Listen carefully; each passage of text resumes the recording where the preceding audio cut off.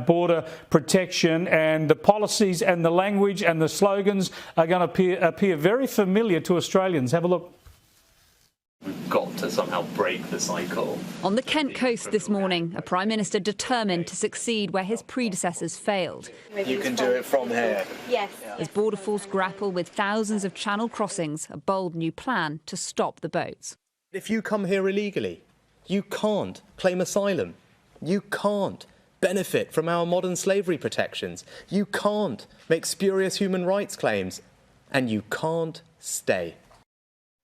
Stop the boats, the Australian line reflected in the UK. Now, you've given the Conservatives some advice on this policy area, Alexander. Just how closely are they replicating Australia's policies?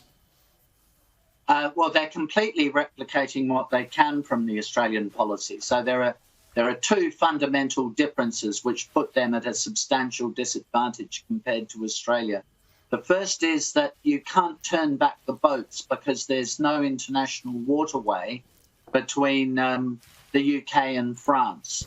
They're less than 24 miles apart. So you don't have international waterways to turn boats back. And if you look at that picture on the screen there of a boat, you can see that it'd be pretty hard in any case to turn little more than a raft like that back.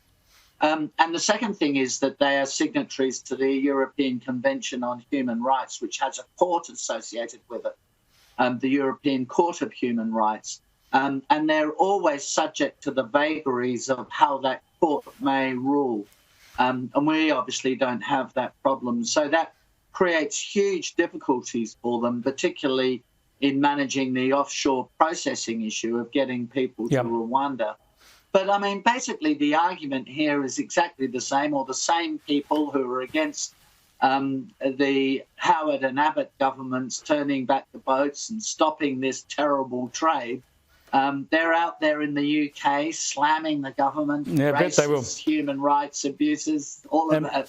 And most of the public, especially immigrants, presumably will support it because they respect